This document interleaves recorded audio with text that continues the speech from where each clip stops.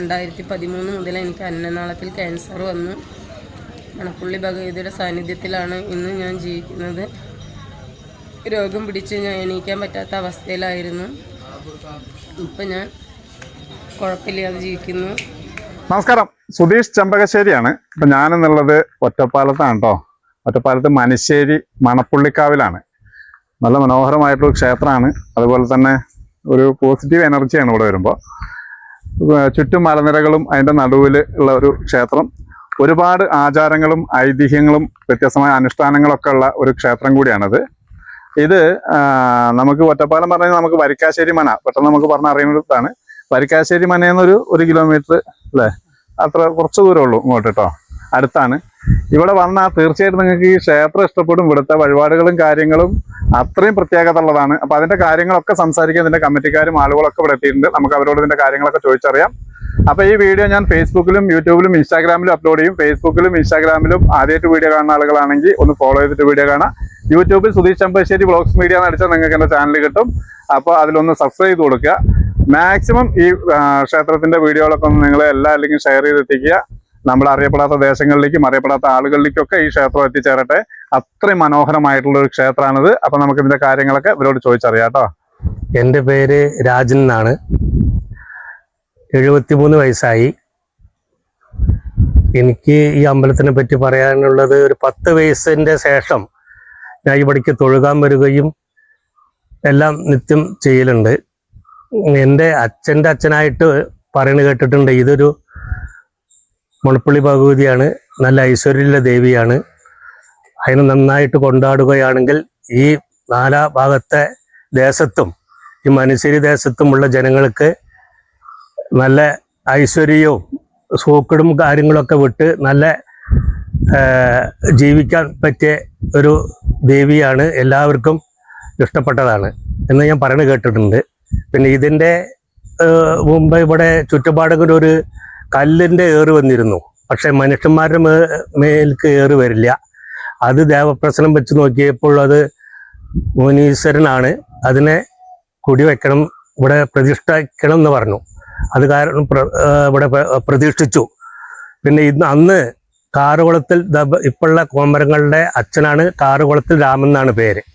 അദ്ദേഹമാണ് കോമരവും പൂജാരിയും ഉണ്ടായിരുന്നത്. അദ്ദേഹത്തിന് വയസ്സായി. ആ സമയത്ത് മൂത്ത മകനാണ് ശങ്കരൻ എന്ന് പറഞ്ഞ മണി ഏട്ടെന്ന് ഞങ്ങൾ വിളിക്കും. രണ്ടാമത്തെ മകനാണ് വിജയകുമാർ. അതിലത്തെ മൂന്നാമത്തെയാണ് വിജയകുമാർ. അദ്ദേഹത്തിന് ഒരിക്കൽ ദേവി ദർശനം കിട്ടാണ്ടായി. ഈ ക്ഷേത്രം പണിതിട്ടപ്പോൾ 41 കൊല്ലമായിട്ടേ ഉള്ളൂ ഇപ്പോഴുള്ള ഈ ക്ഷേത്രം. ആ ദേവി ദർശനം കിട്ടിയതിൻ്റെ ശേഷം അദ്ദേഹം ഇവിടെ വരുന്ന ഭക്തജനങ്ങൾക്ക്, സൂക്കടായി വരുന്നവർക്കും പലർക്കും നഷ്ടം അത് പറയലോ തുടങ്ങി, കൽപ്പന കൊടുക്കൽ തുടങ്ങി. ആ കൽപ്പനയിൽ ഇവിടുത്തെ ദേവിയുടെ പ്രസാദം കൊടുക്കുകയും പല സൂക്കടുകളും മാറ്റി കൊടുക്കുകയും പല ഡോക്ടർമാർ നോക്കി മാറാത്ത സൂക്കട് കൂടി ഇവിടെ ഈ ദേവിയുടെ അടുത്ത് വന്നിട്ട് ഇവിടെ മാറി വരുന്നുണ്ട്, സൂക്കട് മാറ്റി കൊടുക്കുന്നുണ്ട്. പാലക്കാട് ജില്ലയിൽ നിന്നല്ലാതെ മലപ്പുറം ജില്ല, കോഴിക്കോട് ജില്ലയിൽ നിന്നടക്കം ഇവിടെ ഭക്തജനങ്ങൾ വരുന്നുണ്ട്. മൂത്ത മകനാണ് ശനീശ്വരൻ്റെ കോമരം. ഭഗവതിയുടെ കോമരം വിജയകുമാറാണ്. പിന്നെ മൂത്ത മകൻ ശങ്കരൻ്റെ മകനാണ് ഇവിടെ പൂജകർമ്മങ്ങൾ നടത്തുന്നത്. കണ്ണെന്നാണ് വിളിക്കുന്നത്. അവൻ്റെ പേര് പ്രദീപ് എന്ന കണ്ണനാണ് പൂജിക്കുന്നത്. അതുപോലെ ഈ രാമൻ എന്ന് പറഞ്ഞ ആളിൻ്റെ മകളുടെ കുട്ടിയാണ് വിനു ഇവിടെ വിഷ്ണുമായുടെ കോമരാണ്. ഇങ്ങനെയാണ് ഇപ്പോൾ നാനാ ജനങ്ങളും ഇവിടേക്ക് വരുന്നുണ്ട്. കൊല്ലം തോറും കുംഭത്തിൽ ആദ്യത്തെ ചൊവ്വാഴ്ച അവിടെ ഉത്സവം നടത്തുന്നുണ്ട്, പൂരമഹോത്സവം. അതിർത്തി പ്രദേശത്തു നിന്ന് ഇവിടേക്ക് 3 വേല വരുന്നുണ്ട്. അതിൽ ആന, കാള, പൂതന്തറ പല വേഷങ്ങളായിട്ട് വരുന്നുണ്ട്. അങ്ങനെ ആഘോഷം കൊല്ലം തോറും നടത്താറുണ്ട്. പിന്നെ കർക്കിടക മാസത്തിൽ ആനൂട്ട് നടത്തുന്നുണ്ട്. കൊല്ലക്കൂടി 2 ആന വെച്ചിട്ട് ആനൂട്ട് നടത്തുന്നുണ്ട്. പിന്നെ 3 മാസം കൂടുമ്പോൾ വിഷ്ണുമായ വെള്ളാട്ടുകർമ്മം ഇവിടെ നടത്തുന്നുണ്ട്. അതിന് നാനാ ഭാഗത്തുനിന്ന് ജനങ്ങൾ വരും. അങ്ങനെ ഉള്ളൊരു ക്ഷേത്രമാണ്. എല്ലാവർക്കും സൂക്കടും കാര്യങ്ങളും മാറിപ്പോകുന്ന ഒരു ക്ഷേത്രമാണ്. അതിനിവിടെ കൽപ്പന വിജയകുമാർ പറഞ്ഞ ആൾ കൊടുക്കുന്നുണ്ട്. എല്ലാ സൂക്കടും മാറിയിട്ട് വരുന്നുണ്ട്. ഇനി ഇതിൽ ഏതായാലും കൂടി അഭിവൃദ്ധി പെടണമെന്ന് ഞാൻ ആഗ്രഹിക്കുന്നു. ഞാൻ ഈ മെയിൻ അമ്പലത്തിൻ്റെ കമ്മിറ്റി പ്രസിഡന്റാണ്. എൻ്റെ പേര് വിജയകുമാറാണ്. വിജു എന്നാണ് എല്ലാവരും അറിയപ്പെട്ട് വിളിക്കുന്നത്. ഞാൻ ഇവിടുത്തെ വെളിച്ചപ്പാടാണ്. ഇവിടെ മണപ്പുള്ളി ഭഗവതിയുടെ വെളിച്ചപ്പാടാണ് ഞാൻ. ഇവിടെ വിഷ്ണുവായി ഉണ്ട്, മുനീശ്വരനുണ്ട്, ഭൈരവനുണ്ട്, രക്ഷസുണ്ട്, നാഗങ്ങളുണ്ട്, ഗുരുനാഥുണ്ട്, ഭുവനേശ്വരി ഉണ്ട്, തെക്കമ്പ്രങ്ങോടുണ്ട്. ഈ വക എല്ലാ ചൈതന്യങ്ങളും നിറഞ്ഞു നിൽക്കുന്ന സ്ഥലത്ത് ഞാൻ കൽപ്പന പറഞ്ഞു കൊടുത്ത് വരുന്ന ജനങ്ങളുടെ എല്ലാ രോഗങ്ങളും മാറ്റി കൊടുത്ത് അവർക്ക് നല്ല അനുഗ്രഹത്തെ കൊടുക്കുന്ന ഒരാളാണ്. ഞാൻ മനോജ് മാഷാണ്. ഇവിടെ ഉത്സവ കമ്മിറ്റിയുടെ ട്രഷറായിട്ട് ചാർജ് എടുത്തിട്ടുണ്ട്. ഈ മനുശ്ശേരി ഈ ഭഗവതി ക്ഷേത്രം, മണപ്പുള്ളി ഭഗവതി ക്ഷേത്രം ഇവിടുത്തെ ഗ്രാമവാസികൾക്ക് ഏറ്റവും ഉപകാരപ്രദവും അതുപോലെ തന്നെ ഐശ്വര്യവും എല്ലാം നിറഞ്ഞു നിൽക്കുന്ന ഒരു ക്ഷേത്രമാണ്. ഇവിടെ 3 ദിവസം കൂടുമ്പോൾ, ആഴ്ചയിൽ 3 ദിവസമുള്ള കൊടിയാഴ്ചകൾ ഉണ്ടാവുന്ന കൽപ്പന, വെളിച്ചപ്പാട് വിജയേട്ടൻ ചെയ്യുന്ന കൽപ്പന ഉണ്ടല്ലോ, അത് ഇവിടുത്തെ വരുന്ന രോഗികൾക്ക് വളരെ ആശ്വാസം കിട്ടുന്ന ഒന്നാണ്. അതുപോലെ തന്നെ അവരുടെ ആഗ്രഹങ്ങൾ, അവരുടെ മറ്റു സ്വപ്നങ്ങൾ, സാഫല്യങ്ങൾ എല്ലാം വളരെ കൃത്യമായിട്ട് ഈ ദേവി അനുഗ്രഹിച്ചു കൊടുക്കുന്നുണ്ട്.